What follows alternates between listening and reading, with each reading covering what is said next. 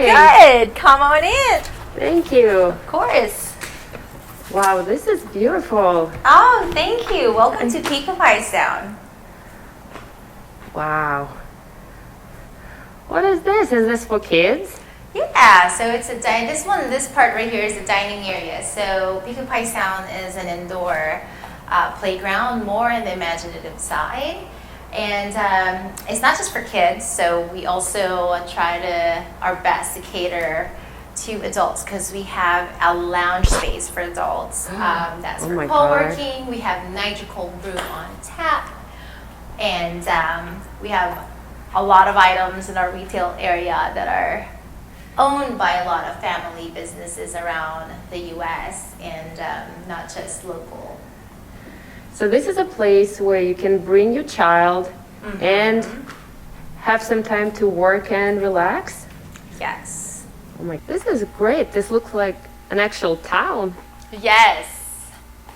And it's Pikopye's town, which is, Pikopye is the name of my son's imaginary friend.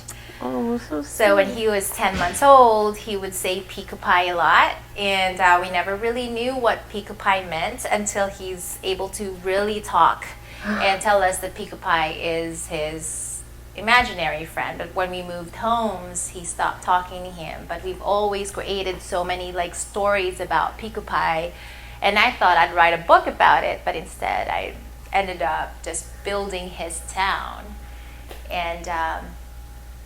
And this is what we got. In every house, most of the houses that you see here have stories. For example, Aiden's Animal Hospital. Aiden is our golden retriever.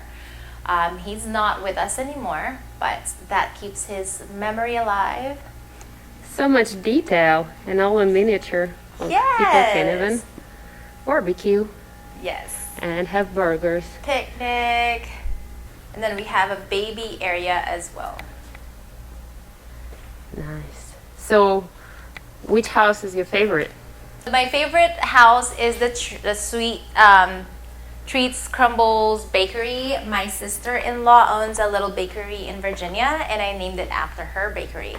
And it's just because, all these yummy sweets, no calories. That's what we all need, though. But it's just because of the detail of the food and the detail of the oven, very classic in there. Even though the houses are a little bit whimsical, everything else is really classic inside. Yeah, this is amazing. And when did you create all this? So 3 years ago, I started kind of creating this with my husband when I found out that Pikopye is the imaginary friend, and he was only 2 then. Well, this is really cool, and my son really loves this place, although he's now he just learned to walk. Yeah. So he's not into role play, but he chewed on all the toys. Oh my goodness. Well, a lot of people really start, a lot of these kids, they'll really start with just kind of looking at stuff, and then they start to realize, oh, these looks like my mom's stuff. Oh, this looks like the place where my mom goes or my dad goes, or the pretend play really kind of nurtures these kids' brains, and because they always like to feel like their mom, and they're or their dad, as we are their role model, right? So they try to pretend that they are, that they are us. Yeah, and no family can afford all the toys to have at home. So it's great when you have a place to come and, and you don't even have to... You don't have to clean up? Yes, I know. Yes! So that's also one of the things, that's why the design of this place is so different in a lot of places. I've designed it to maybe it looks a little bit more bougie, a little bit more, kind of like the living room you'd want to have, right? Because, if you look at my house, I know probably some people would have said oh, I want to see your house. If you design this thing, then I'd love to see your house, how it looks like. It's nothing close because, of course, toys everywhere, and when I come here and I have this absolutely nice, no toys kind of living room in my lounge, and just you just kind of, just get so relieved because you can pretend too. Not just the kids pretend. You can pretend it's your home. There's TV in there. There's magazines.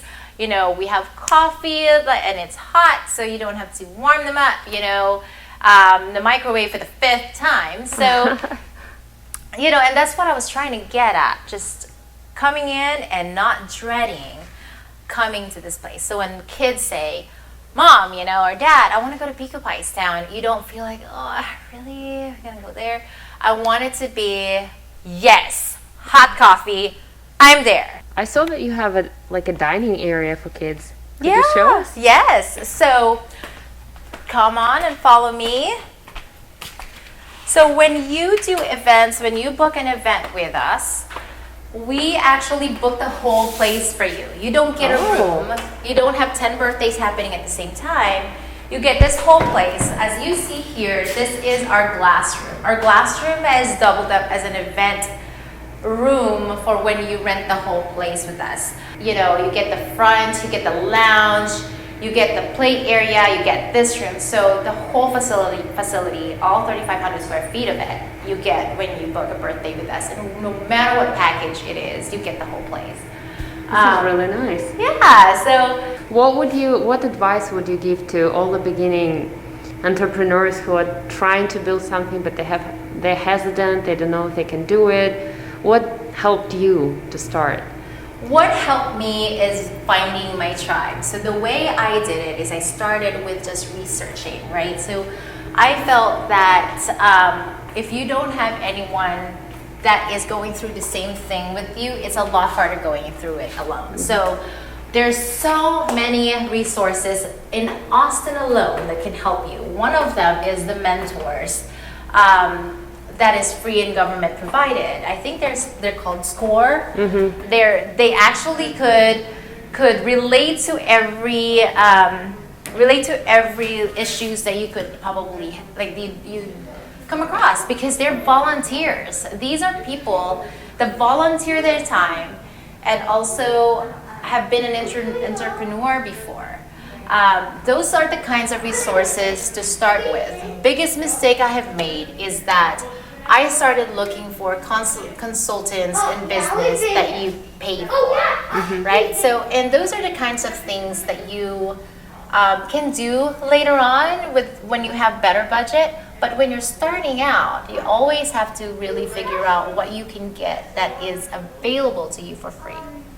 And people don't know a lot about those. And people get so overwhelmed just Googling and researching. So if there is a way that you can find already a list of that kind of resources, would be really good. And I don't know if there's one out there. I did the whole Googling and researching, but the SCORE mentor will definitely guide you.